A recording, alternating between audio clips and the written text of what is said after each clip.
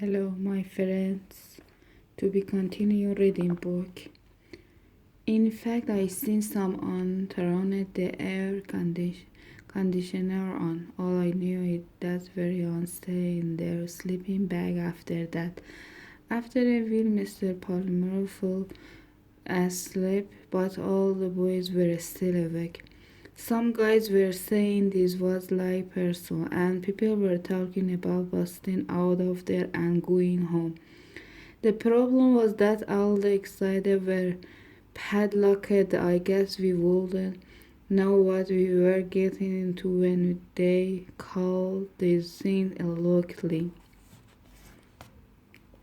Albert Sandy said he'd seen a movie where some guy busted out of the person with a spoon, and a lot of people got pretty excited about that idea, but it turned out that was just been bunch of Hollywood baloney because we got some spoons from the kitchen and we couldn't even make a dent in the lemon flour. At about 1:30 in the morning, some unnoticed flashing lights coming from outside, so we all went to the back of the auditorium to see what was going on.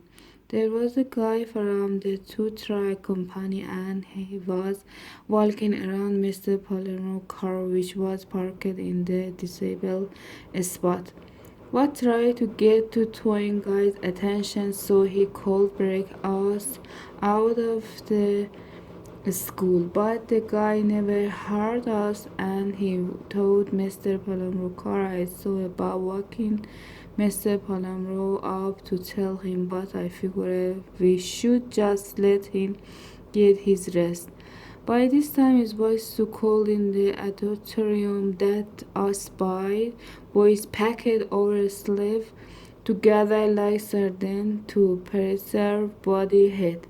I figured it was probably nice and toasty as the library media room, and I was seriously thinking about going back there and going to girls. But I figured I'd get caught and I'd just be back where I started. I said I probably fall asleep around 20:30. Then at the 3. There was a pounding on the back door that woke everybody up. Mr. Palomro unlocked the door and there was a bunch of angry patterns standing outside.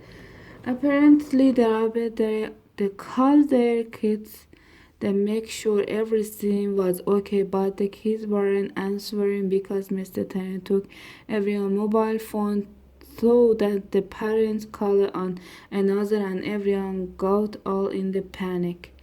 To make a long story short, the parent who came to the school took their kids home with home, and that left the only two kids who didn't have their own phone, me and Rolly, so that was pretty awkward. Something tells me this whole look-in idea was just a scheme set up by the parent and teacher to turn us kids off the boy-girl parties.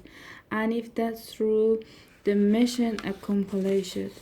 Monday, I spent the weekend trying to recover from the lock-in signs. I got zero sleep on Friday night, but I think the whole experience was just too much for my body because this morning when I woke up, I felt sick.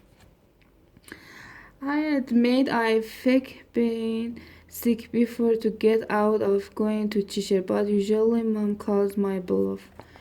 But today mom took me temperature and I guess it must have been pretty high because she said I need to stay in bed. She said she had to spend the day at the library to study for her final test tonight and they won't able to stay home to take care of me. Well, that kind of stuck because the only good thing about being sick is having someone focus everywhere. Mom said Isabella was working today and that if there was an emergency I could go to her. But after mom left, I looked at my bedroom door because I was afraid Isabella might try to come into my room to care her nap. Goodbye.